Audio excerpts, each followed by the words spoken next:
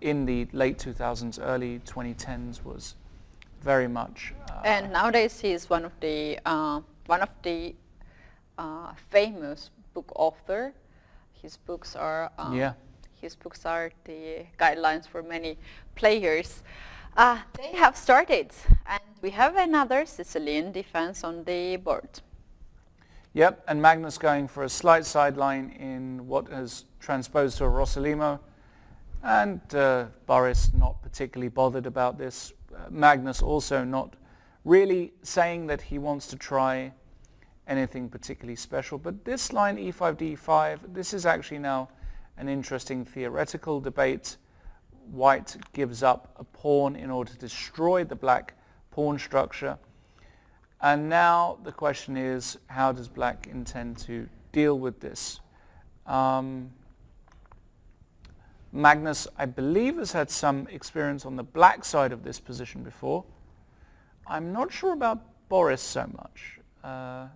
And Boris plays a move that he's also famous. Look at his look. He made the move c4 and he right away checked Magnus' reaction.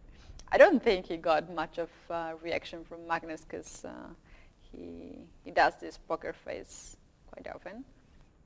Well, c4 is a move that he played a lot when Anand and Gelfand were playing Sicilians in their World Championship match. There were a few times you go c4 with the doubled c-pawns in order firstly to sometimes destroy your opponent's structure, so it's a re-sacrifice, and sometimes it's a way to help activate the light squared bishop. Magnus ignoring it at the moment though and saying, come on, what have you got? Bishop e6 now by Gelfand, and Magnus here has to find something decent.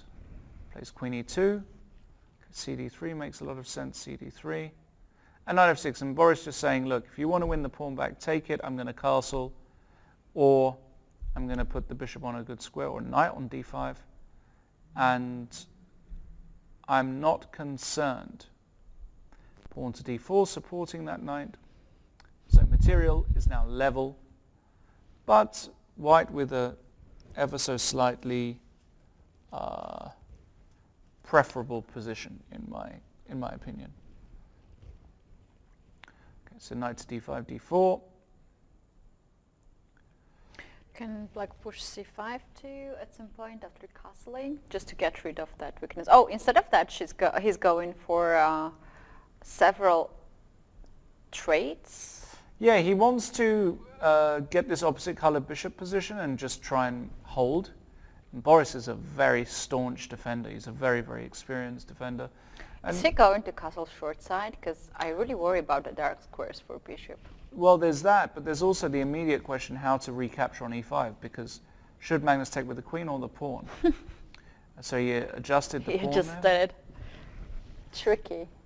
Well, he's got a big decision to make. If he takes with the queen, we reach an ending, and Magnus has to assess if he has any chances. If he takes with the pawn, also looks fairly reasonable for black. I think you can castle short there and have no particular problems. But I think black has just got a generally acceptable position.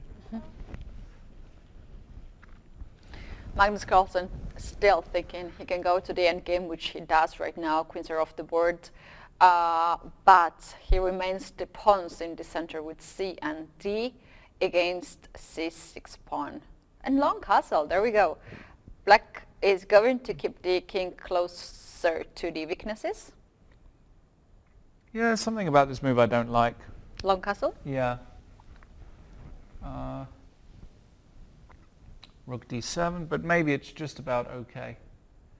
Bishop a3, now the bishop's coming to c5, and felt a little bit unnecessary to play long castles, but maybe it's okay. But Boris now in some thought about how he wants to set up, because... How about bishop c4 and a6, just to, have this bishop on that side? Could do that. But he goes king in the edge of the board after... Yeah. After bishop c5, he is going to play king a8.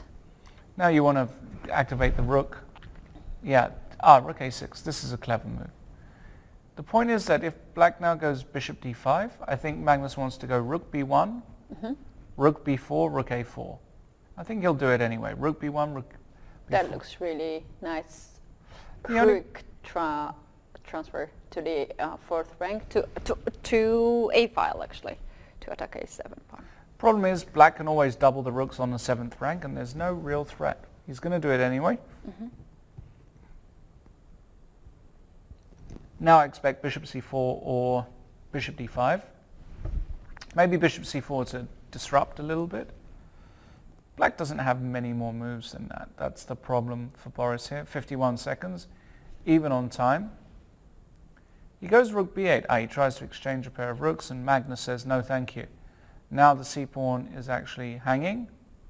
So Boris goes bishop d5, which makes a lot of sense.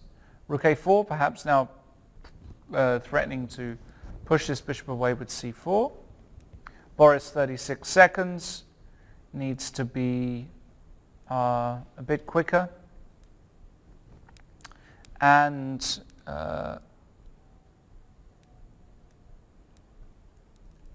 rook to e8.